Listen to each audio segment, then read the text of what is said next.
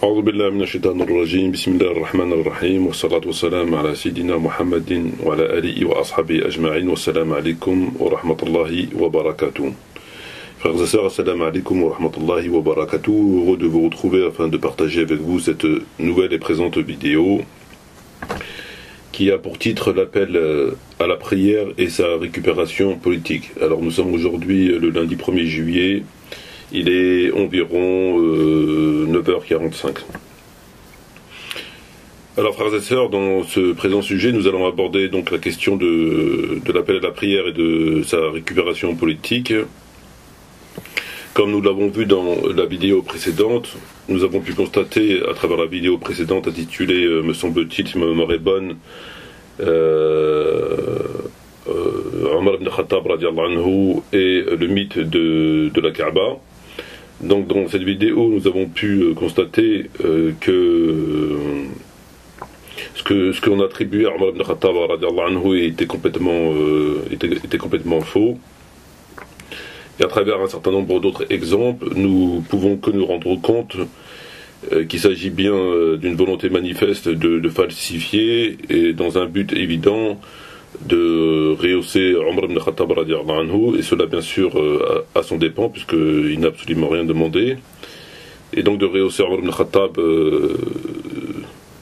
par rapport à un certain nombre de compagnons, et lui donner une stature malheureusement qui semble un petit peu exagérée. Alors à présent, donc, je vais aborder cette présente vidéo, et nous allons nous rendre compte qu'une fois encore, nous allons constater de façon évidente que le sujet de l'appel à la prière est pour le moins assez complexe, et par la même occasion, nous allons pouvoir nous rendre compte que là, encore une fois, il y a eu un certain nombre de mains malveillantes qui, manifestement, ont tenté de récupérer la question de l'appel à la prière, afin, une fois encore, et dans la continuité de ce qu'on a vu précédemment, de rehausser Omar ibn Khattab par rapport à d'autres compagnons. Alors, compte tenu, frères et sœurs, comme nous l'avons vu, du nombre important et parfaitement avéré de falsifications, lesquelles touchent entre autres nos livres de sources, nous sommes en droit et surtout en devoir de porter un regard gravement suspicieux à l'égard de tout texte théologique, et cela qu'il provient de nos livres de sources, et donc à plus forte raison de livres dits de produits finis. C'est-à-dire les livres qu'on peut qualifier de produits finis, c'est des livres qui traitent un sujet, qui vous donnent la conclusion d'un sujet. Donc peu importe le sujet, qu'il soit l'appel à la prière, ou la salat, ou la zakat, ou le jihad, ou le jeûne, enfin peu importe le sujet dans le domaine de la religion, mais c'est un sujet qui est censé vous donner la bonne compréhension de tel et tel point en matière religieuse. Voilà, donc ce qu'on appelle un livre de produits finis.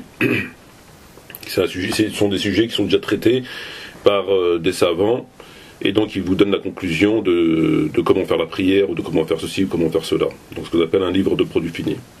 Alors que les livres de sources vous apportent des informations, ce qu'on appelle la matière grise, vous apportent un certain nombre d'informations comme les hadiths, comme Tahrir, comme Sira, etc. Donc ces livres-là, ils vous donnent des informations. Et donc c'est à vous après d'étudier ces livres-là, et après de faire un travail si cela vous intéresse, de recherche, d'études, d'analyse, etc. Donc il faut faire une distinction entre ce qu'on appelle livres de sources, donc la matière grise, entre guillemets, et les livres de produits finis où le sujet est traité, enfin en tout cas il est censé être traité déjà. Alors en effet, nous avons pu constater par exemple à quel point le livre de Tabari, via la traduction française, était falsifié. En effet, frères et sœurs, nous avons pu constater à travers le livre que j'ai écrit, qui est le criminel qui a falsifié le livre de Tabari. Donc nous avons pu constater dans la traduction du passage de l'arabe vers le français, notamment de la version française traduite par Hermann Zottenberg, que le livre aujourd'hui de Tabari que nous avons, qui est vendu dans les librairies, n'est pas identique à la version arabe, il n'est pas fidèle. Puisque dans la version française, ce livre version française a été falsifié.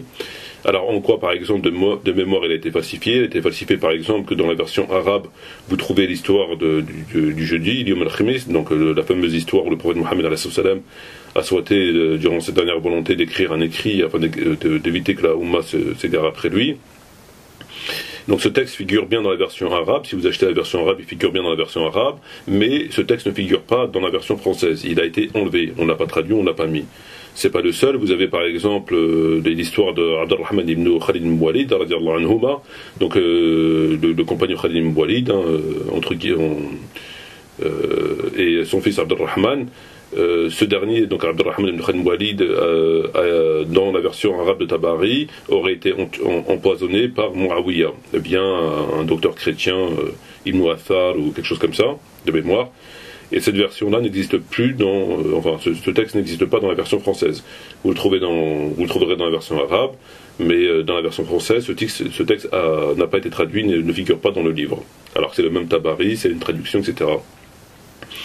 Et vous avez d'autres falsifications. Donc il y a une très grande différence entre la version arabe et la version française. Et on aurait pu penser que c'est quelque part quelque chose de, je vais pas dire d'anodin à la base, mais de négligence ou de souci de ne pas traduire l'intégralité du livre parce qu'il y avait des passages qui n'apportaient rien aux musulmans, alors qu'on ne peut pas penser cela dans la mesure où tous les textes qui n'ont pas été traduits sont d'une importance capitale, dans la mesure où ça peut orienter la vie de chacun de nous par rapport à tel et tel sujet.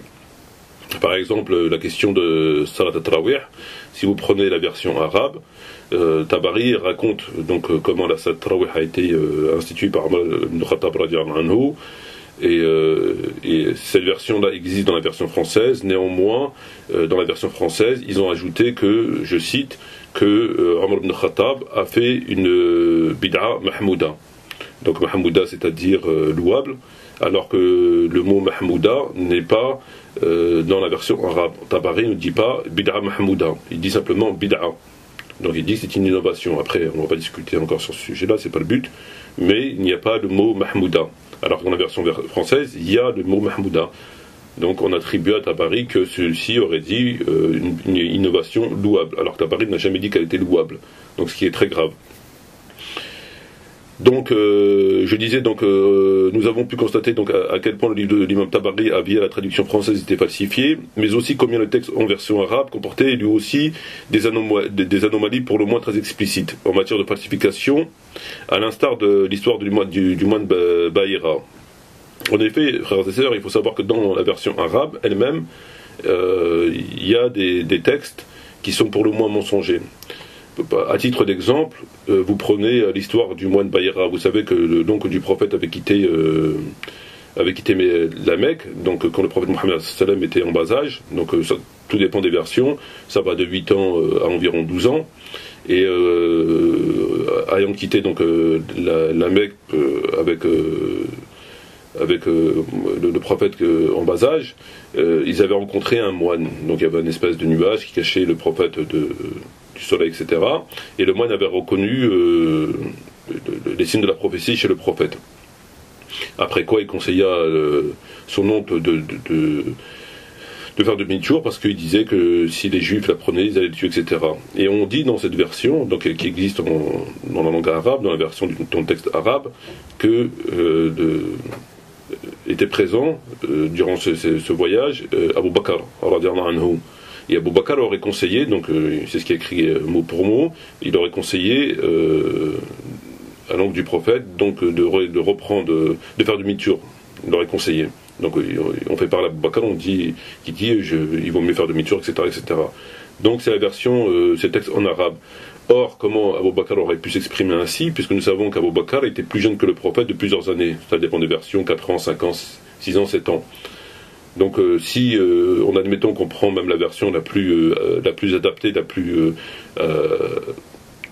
pour rendre le texte cohérent, ça voudrait dire qu'Abu Bakr, il avait, on va dire que le prophète avait 12 ans, qu'Abu Bakr, il avait, 8 ans, ou 7 ans, ou 6 ans. Donc je vois pas comment un enfant de 6 ans pourrait s'exprimer de la sorte en disant, en conseillant l'oncle du prophète. Donc on voit à travers ce texte-là, si vous l'analysez, que c'est pas possible. Donc il s'avère vraisemblablement qu'on a mis la présence d'Abu Bakr afin de lui donner une stature au-delà en dépit bien sûr Encore une fois, eux, ils n'ont absolument rien à voir là-dedans. Ce sont des gens qui sont venus après, qui ont falsifié ces textes-là.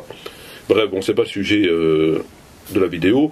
Donc par la même occasion, nous pûmes constater que les falsifications opérées dans l'ouvrage de l'imam Tabari avaient à l'évidence pour but et pour intérêt manifeste de faire prévaloir une certaine vision de l'islam, une vision pour le moins sectaire, en l'occurrence celle du sunnisme tel qu'on le connaît aujourd'hui, lequel est parfois et même souvent très différent de celui des livres de sources dits sunnites, à savoir Bukhari, Muslim et trop. En effet, il y a une très grande différence, frères et sœurs, entre le sunnite, ce qu'on appelle aujourd'hui le néo-sunnite, et le sunnisme. C'est-à-dire que entre ce que peuvent rapporter les textes sunnites primaires, les textes ancestraux, etc., et il y a une très grande différence entre eux, ce qu'ils nous disent, et ce que aujourd'hui le néo-sunnite pratique. Souvent, il n'est pas fidèle au texte.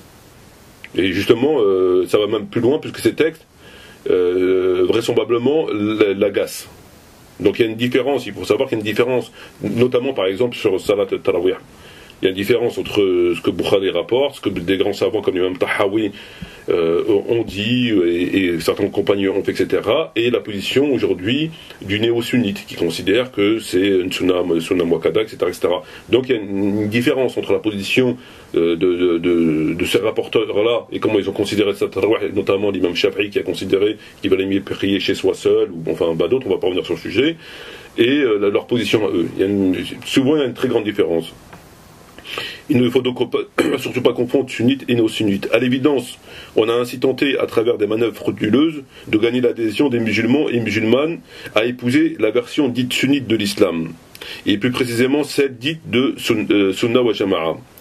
Je vais à présent vous exposer l'analyse et les résultats de mes recherches concernant l'institution de l'appel à la prière. Une fois encore, nous constaterons, frères et sœurs, que l'appel à la prière a été récupéré à des fins sectaires. Ceci manifestement, comme je l'ai dit, dans le but de faire triompher une certaine vision et version de l'islam. Afin de faire triompher une certaine vision et version de l'islam. Exactement comme cela a été le cas à travers la question d'orientation de la prière en direction de la Kaaba, comme je vous l'ai dit précédemment. Ce qui est davantage plus étrange est que nous trouvons le même acteur, en l'occurrence Omar ibn Khattab. Effectivement, dans tous les récits, ils ont tous un point commun, c'est qu'on trouve toujours le même acteur. Et ça, c'est une drôle de coïncidence. C'est jamais tel autre compagnon, etc. C'est toujours le même acteur qui se trouve dans ces histoires pour le moins fantastiques. À présent, frères et sœurs, entrons dans le vif du sujet. Donc nous allons maintenant développer les sujets et je vais vous emmener petit à petit vers une conclusion qui parle de soi, qui est irréfutable. Alors voici les textes. À présent, on va faire parler les textes. On va arrêter de faire des commentaires, on va arrêter de donner son avis, on va faire parler les textes, on va analyser les textes. Après lecture des différents livres de sources, donc je vais vous citer ce qui ressort des livres de sources. Donc, lorsque je parle de livres de sources, je parle de Tabari, Bukhari, Muslim, Abu Daoud, Tirmidhi, Darimi, Nisa'i, Balazur, etc. Alors, entrons maintenant dans le vif du sujet et parlons de l'appel à la prière.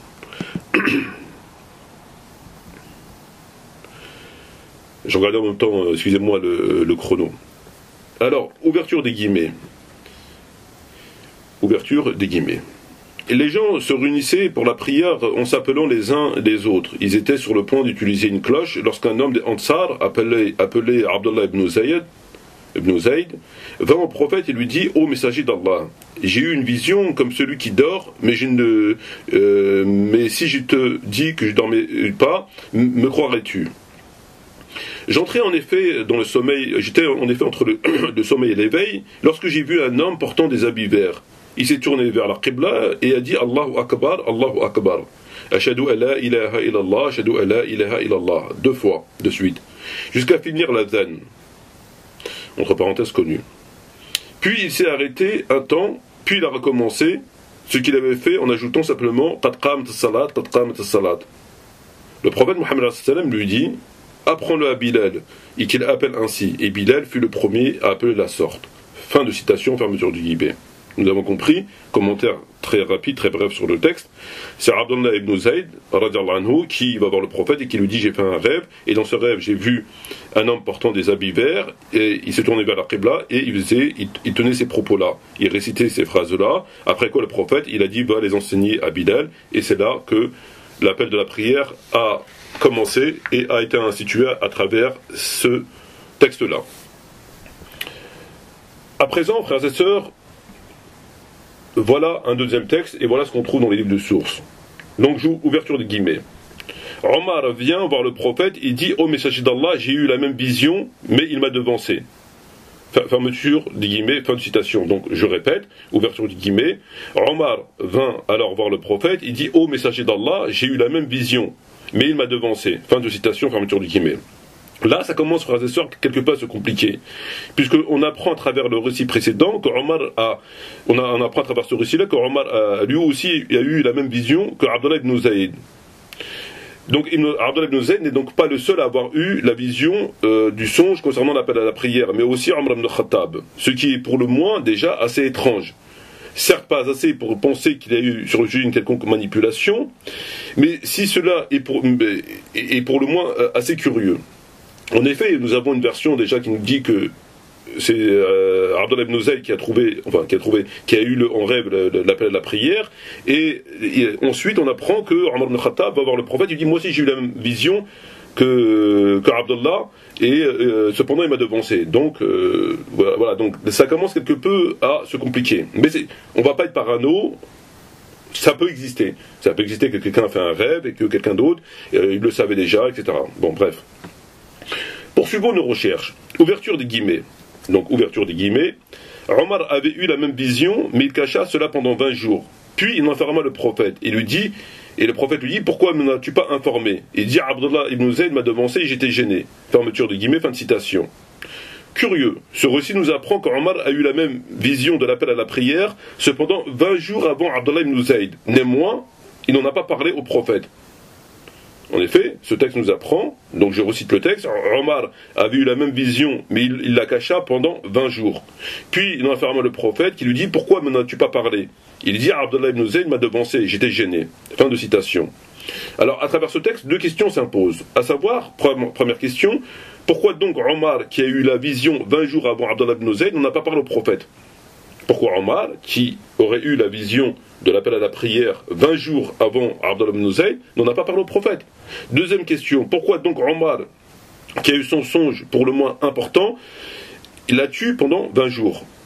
Donc Omar ibn Khattab a eu la vision de l'appel à la prière pendant 20 jours, et il ne l'a pas dit au prophète. Et pourquoi, lorsque le prophète pose la question suivante, pourquoi ne m'en as-tu pas informé, Omar ibn Khattab répond, je cite: Abdullah Zayd m'a devancé et j'étais gêné. Or, pendant 20 jours, nous a-t-on dit, Omar avait eu cette même vision. Donc, avant Abdullah ibn Zayd, mais Omar, l'a tué. Et lorsque le prophète lui demande pourquoi m'en as-tu pas informé, Omar répond: Abdullah ibn Zayd m'a devancé et j'étais gêné. Alors que durant 20 jours, Omar a été le seul à avoir eu le songe en question et n'avait donc aucune raison d'être gêné par qui que ce soit.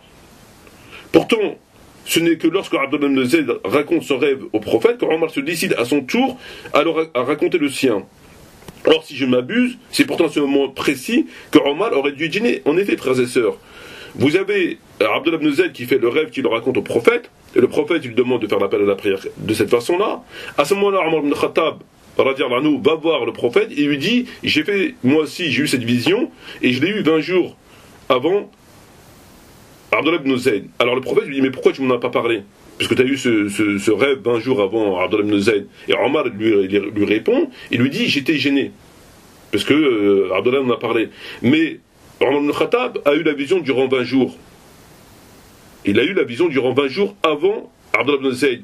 Et donc là, il risquait pas d'être gêné par qui que ce soit, parce qu'il était le seul à avoir eu cette vision. Donc pourquoi qu'il ne l'a pas dit à ce moment-là? Par contre, lorsque Abdullah raconte son rêve, là, Omar raconte aussi le sien. Donc c'est à ce moment-là précis qu'il aurait dû être gêné et qu'il n'aurait pas dû raconter son rêve. Si y a une gêne quelconque dans le fait de raconter ce rêve-là pour X ou Y raison. Or, c'est à ce moment-là précis qu'il va voir le prophète et qu'il lui dit. Donc il y a réellement un problème. Alors, frères et sœurs, nous ne sommes pas arrivés, déjà là, ça se complique énormément. Dès qu'on analyse ça, on se rend compte que il y a quelque chose, vraisemblablement, qui n'est pas très clair. Mais pourtant, on n'est pas arrivé au bout de nos peines sur cette même question. Alors, ouverture des guillemets, voilà un autre texte. Omar ibn Khattab entendit cela alors qu'il était chez lui. Il sortit entraînant son rida et il dit, en arrivant chez le prophète, par celui qui t'a envoyé avec la vérité, j'ai eu la même vision. Fin de citation, fermeture des guillemets. Donc, je répète, Omar ibn Khattab entendit cela, donc il a entendu le discours entre Abdullah ibn Zayd avec le prophète Mohammed alors qu'il était chez lui. Suite à quoi il sortit entraînant son rida, et il dit en arrivant chez le prophète, donc je cite les propos qu'on attribue à Omar ibn Khattab, par celui qui t'a envoyé avec la vérité, j'ai eu la même vision. Fin de citation. On apprend donc que Omar, qui était chez lui, a entendu ce que disait Abdullah ibn Zayd au prophète, et cela alors que tous deux, c'est-à-dire Abdullah ibn Zayd et le prophète, étaient dans la maison du prophète. Comment a-t-il fait? Alors je me doute bien que les murs des maisons de l'époque n'étaient pas très épais. Mais de là à entendre de chez soi ce qui s'est dit dans une autre maison, laquelle se situe sûrement au moins à plusieurs dizaines de mètres, me semble quelque peu fantastique. En effet, frères et sœurs, comment on peut expliquer cela? Omar ibn Khattab, il est chez lui, il entend la conversation entre Abdullah ibn Zayd et le prophète, et il va le voir, et le prophète il dit j'ai entendu votre conversation, et j'ai eu la même vision. Il faudrait qu'on m'explique comment il a fait pour entendre de chez lui ce qui se passait chez le prophète dans sa propre maison. C'est quelque chose qui est impossible. Mais là encore, on n'est pas arrivé au bout d'une surprise. Frères et sœurs, votre attention, écoutez ce texte. Donc c'est des textes qui sont extraits de Bukhari, Muslim, etc. Ouverture des guillemets. Texte numéro 1. Le prophète réfléchissait à la manière de réunir les gens pour la prière. On lui dit, fais lever un drapeau à l'entrée de l'heure, et lorsque les gens le verront, ils appelleront à la prière. Mais cela ne lui plaisait pas. On lui proposa aussi la trompe, et dans une autre version, la trompe des Juifs. Mais cela ne lui plaisait pas non plus. Il dit, c'est ce que font les Juifs. On lui proposa la cloche, mais il dit, c'est ce que font les chrétiens. Abdullah ibn Zayd entra chez lui, ayant en tête la préoccupation du prophète, et on lui montra l'adhan en songe. Au matin, il se rendit chez le prophète et l'en informa. Il dit, ô messager de Dieu, alors que j'étais entre le sommeil et l'éveil, quelqu'un vint et me montra l'adhan. Fin de citation. Donc ça, on l'a vu tout à l'heure, que Abdullah ibn Zayd a fait le rêve, etc., etc. Donc là, c'est le même texte. Pas de problème, c'est clair. À présent, frères et sœurs, écoutez ce texte. Ouverture des guillemets. Citation. Ibn Omar disait, au début de leur arrivée à Médine, les musulmans se réunissaient, s'indiquaient entre eux le moment de la prière sans qu'on les y appelât. Un jour, comme on s'entretenait sur ce sujet, un des fidèles dit, servez-vous d'une crécelle pareille à la crécelle des chrétiens? Non, dit un autre, employez une trompe pareille à la corne dont les juifs font usage. Pourquoi, demanda Omar, ne chargez-vous pas un homme d'entre vous à faire l'appel à la prière? Point d'interrogation. Là-dessus, l'envoyé de Dieu dit à Bilal, ô Bilal, lève-toi et appelle à la prière. Fermeture de guillemets, fin de citation. Qu'est-ce qu'on constate, frères et sœurs? Qu'est-ce qu'on constate à travers les deux textes? Réécoutons la partie la plus intéressante du premier texte. Ouverture des guillemets. Abdullah ibn Zayd entra chez lui ayant en tête la préoccupation du prophète, on lui montra l'adhan en songe. Au matin, elle se rendit chez le prophète, il en informa. Il dit, ô messager d'Allah, alors que j'étais entre le sommeil et l'éveil, quelqu'un va me voir et me montra l'adhan. Fin de citation. Voilà le premier texte. À présent, réécoutons la partie la plus importante du second texte. Ouverture des guillemets. Pourquoi, demanda le prophète Omar, ne cherchez-vous pas un homme d'entre vous à faire l'appel à la prière? Là-dessus, l'envoyé de Dieu dit à Bilal, ô Bilal, lève-toi et fais l'appel à la prière. Fin de citation. Alors, frères et sœurs, comment on peut raisonnablement expliquer ces deux versions complètement différentes sur un seul et même sujet? En effet, le premier texte nous apprend que c'est Abdullah ibn Zayd qui, le premier, comme on l'a vu, a eu l'information sur la question de comment rassembler les musulmans pour l'accomplissement de l'office à la prière, en commun. Et le second affirme que c'est Omar.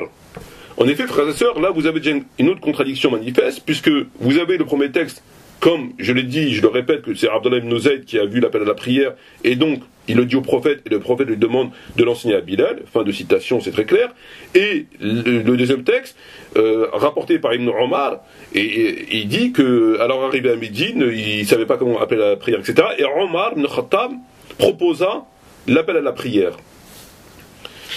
Donc, vous avez une contradiction, encore une fois, parfaitement manifeste, mais le problème qui se pose à travers ce texte-là, frères et sœurs, c'est que vous pouvez constater que là, Omar ibn Khattab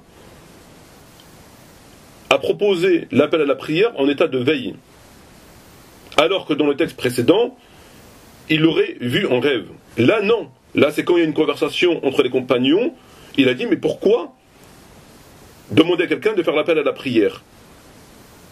Donc, il y a, encore là, sur ce point-là, une contradiction manifeste. Tantôt, il l'aurait vu en rêve, et tantôt, il l'a vu en état de veille, il l'a proposé lors d'une conversation tout à fait banale. Donc, c'est une contradiction en plus. Alors, on va tirer une conclusion de ce que nous venons de dire. Premièrement, on va faire le point. Premièrement, on nous a dit que c'est Abdullah ibn Zayd, radiallahu anhu, qui a vu en rêve l'adhan. Suite à quoi il a proposé au prophète. Suite à quoi le prophète, il a dit à Bilal de faire l'adhan. Très bien. Après, on nous a dit que Omar avait eu le même rêve, mais qu'il l'a caché pendant 20 jours. Qu'il ne l'a pas dit pendant 20 jours. Le motif, l'excuse de la dissimulation de ce rêve, d'après ce qu'on attribue à Omar ibn Khattab, étant qu'il était gêné.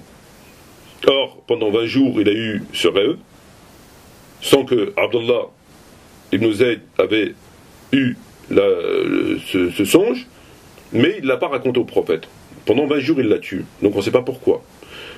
Par contre, quand Abdullah ibn Zayd il le raconte au prophète, là, Omar le raconte en disant j'ai eu ce rêve 20 jours avant et j'ai pas voulu le raconter parce que j'étais gêné.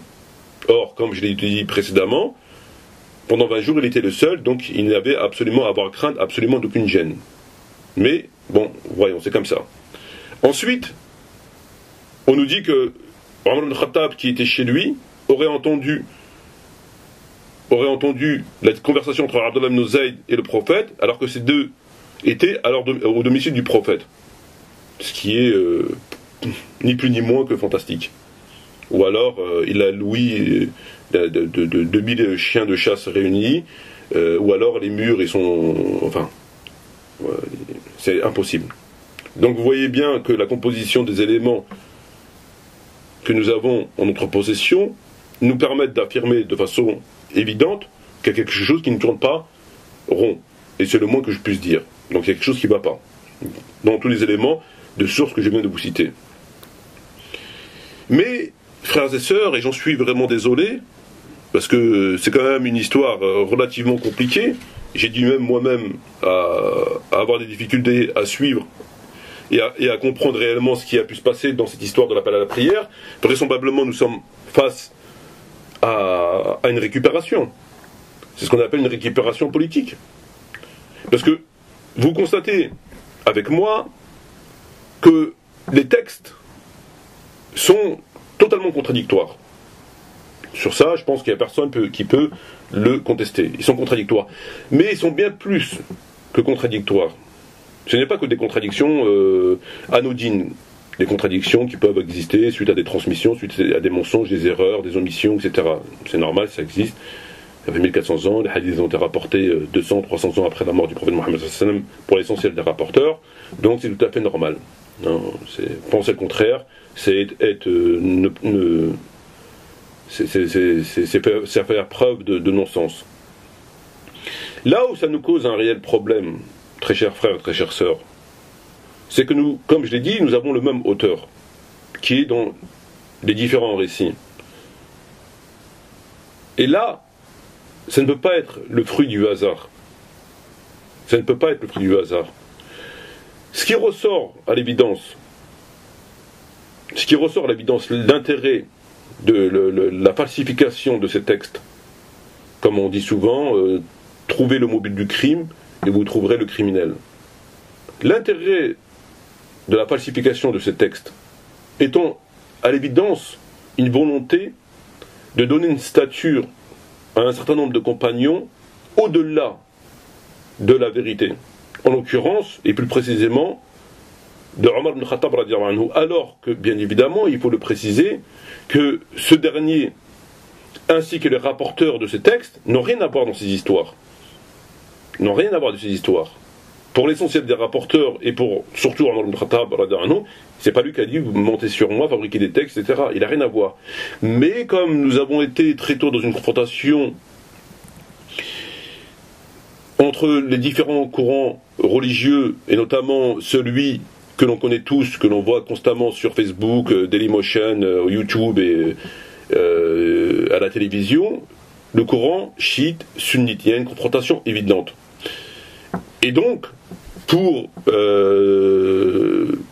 dire, ah ben non, c'est nous qui avons raison, lorsqu'on dit que Tarawih c'est une sunna, lorsqu'on dit que Omar ibn Khattab ceci, cela, etc., c'est nous qui avons raison, ben, il faut croire qu'on n'a pas hésité à cacher les textes, à manipuler, à falsifier, à ne pas traduire, à traduire d'une certaine façon, comme on a vu, enfin comme on le verra bientôt Inch'Allah sur la question de l'odo, afin de donner raison à leur courant de pensée. Et donc, il faut croire que ça n'a pas de limite. Que certains n'ont pas de limite. Ils ne se contentent pas d'essayer d'expliquer parfois l'inexplicable. Bah, s'il faut dénaturer, on va dénaturer. S'il faut inventer, on va inventer. S'il faut mentir, on va mentir, etc. Bref. Donc, pour terminer la vidéo, nous avons vu qu'il y a un gros problème. Tantôt, c'est Abdullah ibn Zayd qui a vu l'appel à la prière. Ensuite, c'est Omar ibn Khattab qui l'a vu 20 jours avant, mais il ne l'a pas raconté au prophète parce qu'il craignait la gêne. Donc, de quelle gêne s'agit-il, je ne sais pas. Les textes ne le disent pas. Ensuite, quand Abdullah ibn Zayd le raconte au prophète, Omar ibn Khattab va le raconter et il lui dit j'ai craint la gêne, mais on ne comprend pas, puisque 20 jours avant, il a eu le rêve tout seul, il ne l'a pas raconté. Mais quand Abdullah va le raconter, lui aussi, il va le raconter. C'est à ce moment-là, précisément, qu'il aurait dû avoir à la gêne, mais bon, je ne comprends pas, et je pense que vous non plus.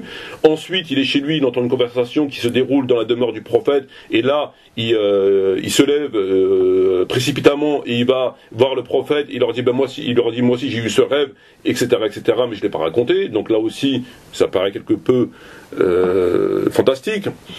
Et pour terminer, on nous a dit qu'au bout du rouleau, que non, que Omar ibn Khattab a eu cette idée super géniale, pas un rêve, il n'a pas besoin d'un rêve, il l'a eu en état de veille, puisque d'après Ibn Omar, quand les musulmans sont arrivés à Médine et qui cherchaient le moyen de rassembler les différents musulmans pour l'office de la prière, des 5 prières entre quotidiennes, mais aussi de Salat al-Jumu'ah, il fallait bien trouver un moyen de les réunir. Et là, Omar ibn Khattab, en état de veille, a dit mais pourquoi vous faites pas comme ça? C'est une idée super géniale, il fallait la trouver. Donc là, dans tout cela, il y a un grand problème. Et je termine.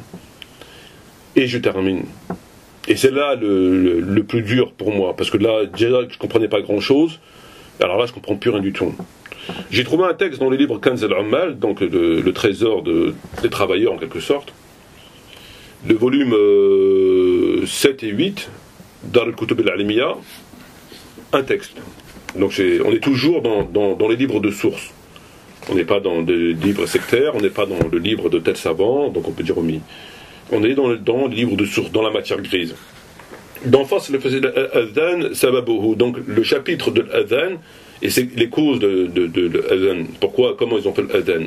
On trouve au texte numéro 23133, donc 23133, page 155, tome 7 et 8, 15 al-Ummal, dans le Kutub al-Alimiya, un texte qui nous dit Musnad Rafa ibn Khadij lima ussira الرسول بالرسول عليه الصلاة والسلام إلى السماء وحيء إليه بالأذان فنزل به فعلمه جبريل عليه السلام. Je répète, مسند رافع ابن خديج لما أسير بالرسول عليه الصلاة والسلام إلى السماء وحيء إليه بالأذان فنزل به فعلمه جبريل عليه الصلاة والسلام. Frères et sœurs, fermeture des guillemets, qu'est-ce que nous dit ce texte? Qu'est-ce que nous apprend ce texte? Ce texte nous dit simplement que lorsque le prophète Mohammed, sous contrôle bien évidemment de la traduction, parce que je ne suis pas spécialiste, mais la substance elle est là, lorsqu'il a fait le voyage nocturne, on nous l'a appris, on nous a enseigné l'adhan, et Jibril alayhi salam l'a enseigné donc au prophète Mohammed lorsqu'il est revenu sur terre, et donc Jibril a enseigné l'adhan au prophète. D'après ce qu'il nous rapporte Kanz al-Ummal, donc c'est un livre de source. Ce texte doit aussi être dans d'autres livres de source, donc on doit le considérer au même titre, on doit le juger et nous positionner au même titre que tous les livres de source, avec bien sûr certaines nuances et les contrôles de lecture que l'on connaît, mais on ne peut pas le mettre au niveau inférieur et donner la prééminence sur les autres textes en disant non, ce texte-là n'a pas vraiment d'importance. Donc il a la même valeur, pour ainsi dire, que les autres livres de sources. Et ce texte nous apprend que l'appel à la prière a été réalisé lors du voyage nocturne du prophète Mohammed sallam et Jibril alayhi salam l'a enseigné ensuite au prophète. Donc vous trouverez, je vous donne la référence, vous pourrez le trouver vous-même et le lire. Alors là, on ne comprend plus rien. Il y a à boire et à manger pour tout le monde. Alors une fois c'est ça, donc je ne vais pas me répéter, une fois c'est ça, une fois c'est ça, une fois c'est ça, une fois c'est ça. Et pour terminer, c'est pas ça du tout. C'est lorsque le prophète a fait le voyage nocturne, alayhi salam, on lui a enseigné comment faire l'appel à la prière, après quoi lui-même, il est descendu et que Jibril lui a appris comment faire l'appel à la prière. Voilà. Alors si tout ça c'est pas des contradictions, je ne sais pas qu'est-ce que c'est une contradiction. En réalité, ce qui est intéressant, pour terminer, je terminerai sur ces mots, c'est de constater à quel point les livres de sources, notamment ce livre de Tabari, ont été falsifiés. Et c'est pour ça que on peut pas, au même titre qu'on ne peut pas citer un verset donc, du Coran, sans au préalable établir un certain contrôle. Donc s'il est en français, bien évidemment, voir s'il est fidèle à l'arabe. En tout cas, lorsqu'on lit l'arabe, de savoir s'il était abrogé. Le sabab nuzul, est-ce qu'il est propre au contexte ou est-ce que c'est un verset général qui s'applique en tout temps, en tout lieu, en toute heure, etc., en tout endroit. Donc il y a un contrôle à faire. Contrôle relativement, pour ainsi dire, simple. En tout cas, beaucoup plus simple que les hadiths. Avant de citer le verset en question, très important, parce que beaucoup se réfèrent à des versets abrogés, enfin après ils sont perdus. Ils sont perdus. Après ça devient en quelque sorte pour eux une espèce de contradiction, alors qu'il n'y a pas de contradiction dans le livre de Dieu. Sur le domaine du hadith, c'est un travail colossal. Parce que déjà pour commencer, contrairement au Coran, le Coran c'est un livre, vous pouvez le maîtriser. Le hadith, c'est des milliers, peut-être même des millions de hadiths. C'est des centaines et des centaines et des centaines de volumes. Et ces volumes-là, frères et sœurs, on ne peut pas avoir d'a priori, puisqu'ils sont tous au même niveau, étant donné qu'ils ont le qualificatif de rapporteur, de matière grise. Donc vous ne pouvez pas, par exemple, prendre ce qu'il y a dans Abu Daoud et ne pas savoir ou délaisser ce qu'il y a dans Nisaï Tirmidhi. Donc, parce que par la simple bonne raison que les informations que vous allez trouver dans Bukhari ou dans Nisaï ou ailleurs peuvent être ou affirmées, ou enfin corroborées ou infirmées par d'autres rapporteurs.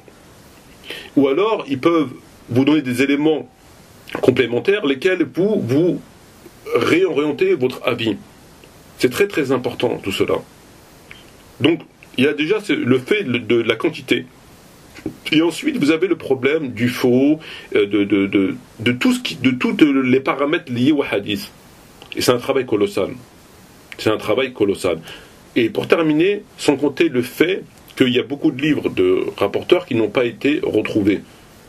Qu'y avait-il dans ces livres-là? Est-ce que les éléments qui étaient dans ces livres-là, si on les avait en notre possession, nous auraient pas demandé, enfin, permis de revoir notre position sur tel et tel sujet? Voilà, c'est aussi simple que ça. J'avais un hadith que j'avais l'intention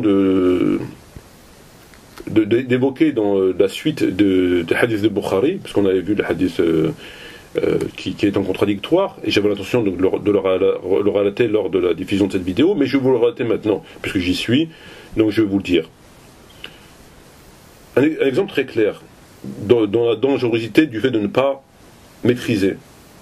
Vous avez dans Bukhari un texte qui est très clair, et qui dit que le prophète interdit de boire par l'outre, vous voyez, quand vous prenez une bouteille, de boire par la bouteille directement, vous ne pouvez pas. Donc il y a un hadith qui est très clair, on le reverra Inch'Allah, où le prophète a interdit de prendre directement la bouteille, ou une outre, et de boire directement par l'œil de l'outre, etc., etc. C'est quelque chose qui est interdit, le prophète l'a interdit. Il n'y a pas plus d'explication que cela. il l'a interdit. Donc quelqu'un qui va lire Bukhari et qui à peu forte raison pense que tout ce qui est dans Bukhari est authentique, il va considérer qu'il ne peut pas prendre une gourde, une bouteille, etc. et boire directement au goulot. C'est quelque chose qui est interdit par le prophète, clairement mentionné dans le Bukhari et vraisemblablement de Muslim. Ce sont autres formes d'explication. Mais l'explication, j'ai trouvé ailleurs. Et c'est une explication qui range le hadith en question dans le contextuel. Donc ça n'a plus rien à voir avec l'époque où on vit aujourd'hui. Je vais vous expliquer pourquoi. Enfin, l'époque où on vit aujourd'hui, ça dépend où on vit. Si on vit quelque part dans la jungle, ce hadith est encore valable. Pourquoi? Dans le Musnad de Ahmad ibn Hanbal, nous avons un texte où ce hadith est relaté entre compagnons. Et le compagnon dit que le prophète l'a interdit parce qu'il y a un jour, il a pris une outre et il a voulu boire directement par l'outre. Et en fin de compte, il y avait un serpent. Parce qu'il vivait à l'époque, comme vous le savez, pas comme on vit aujourd'hui. Et donc, il y a eu un serpent. Donc, ça aurait pu causer un certain mal, etc., etc. Et de ce fait, il y a ce hadith du fait de l'interdiction de boire directement par l'œil de l'outre, etc. Voilà, tout simplement. Donc, ce hadith est contextuel. Il est propre à cette période-là et dans ces conditions de vie. Ce n'est pas une interdiction générale qui s'applique en tout temps et en tout lieu. Alors d'aujourd'hui, lorsque vous achetez une bouteille de Vittel ou d'Evian, je ne vais pas faire la pub ni pour Vittel ni pour Evian, vous ne risquez pas de trouver un serpent. Ou alors s'il y a un serpent dedans, vous allez le voir. Donc vous pouvez boire directement. Ce hadith n'est pas valable dans ces cas-là. Donc vous voyez, donc ça peut paraître anodin, mais ce n'est pas anodin. Et les gens qui ne savent pas, comme beaucoup pratiquent, vous avez vu la tenue vestimentaire au niveau des chevilles, enfin beaucoup de choses, parce qu'ils ne maîtrisent pas. Ils prennent le hadith qui est dans, par exemple, dernier exemple, excusez-moi je terminerai là-dessus, dans Bukhari, il est fait état que le prophète a interdit de boire debout. C'est un hadith qui figure dans Bukhari. Par contre, dans le même Bukhari, on a vu le prophète boire debout. Et notamment Ali, alayhi salam, dans lequel il dit vous êtes étonné de me voir debout, vous êtes étonné de me voir boire debout. Or moi j'ai vu le prophète boire debout. Donc il y avait deux versions. Mais quelqu'un qui ne connaît pas et qui dit qu'il est le produit fini de Cheikh un tel, de Cheikh un tel, de Cheikh un tel, de Cheikh un tel, le Cheikh un tel va lui mettre ce hadith. Le prophète a interdit de boire debout. Bukhari, tome 1, page ceci, volume cela. Pour lui c'est clair. C'est Bukhari, tout est authentique. Tous les hadiths, ils sont authentiques et ils sont souverains. Les hadiths souverains. C'est-à-dire qu'ils n'ont pas de lien les uns à l'égard des autres. C'est-à-dire que lorsque vous lisez un hadith, il n'y a pas besoin de savoir s'il y a des hadiths qui sont en rapport avec ce hadith, en complément d'information, etc. Il est souverain. Il est souverain. Vous lisez, il n'y a rien d'autre à savoir. C'est écrit, c'est comme ça. Voilà. C'est mieux qu'un verset. Un verset, souvent, vous devez lire le verset précédent et le verset suivant. Au moins si ce n'est pas les. Le hadith, chez eux, non. Et comme ça, vous le prenez, et vous le posez, vous lisez, c'est bon, il n'y a rien à faire. Il n'y a pas de abrogé, il n'y a pas de faux, il n'y a pas de altéré, il n'y a pas de contexte, il n'y a pas de... Il n'y a rien. Vous le prenez et vous lisez. Le prophète a dit d'interdire de boire debout. Il l'a dit, c'est clair, c'est dans le Bukhari. Le prophète a dit interdit de boire par l'outre. C'est le prophète, s'il l'a dit, c'est voilà, stop. Il est là le danger. Donc dans ce que je vous ai dit, on a pu voir lorsqu'on réunit les éléments dispersés ici et là, dans les livres de sources, donc ils ont la même, pour ainsi dire, valeur, vous vous rendez compte que ça se contredit complètement. Au début c'était tel point, après c'était etc., etc. Et pour terminer, en fin de compte c'est rien de tout ça, c'est lorsque le prophète a fait le voyage nocturne qu'on lui a enseigné l'appel à la prière et qu'il a, Jibril alayhi salam l'a enseigné au prophète. Voilà. Sur ce, frères et sœurs, je vous remercie de votre attention. J'espère vous retrouver très bientôt, notamment pour aborder une autre vidéo. En tout cas, peut-être une vidéo avant le début du Ramadan, Inch'Allah. Sinon, après le Ramadan, puisque pour le Ramadan, malheureusement, on n'a pas l'énergie pour réaliser des vidéos. On a des choses quand même un peu plus importantes et personnelles à faire. Shukran jazilan wa salam alaykum wa rahmatullahi wa barakatuh. Je vous remercie et on se retrouve, Inch'Allah, entre autres sur Facebook. Voilà. Salam alaikum wa rahmatullahi wa barakatuh.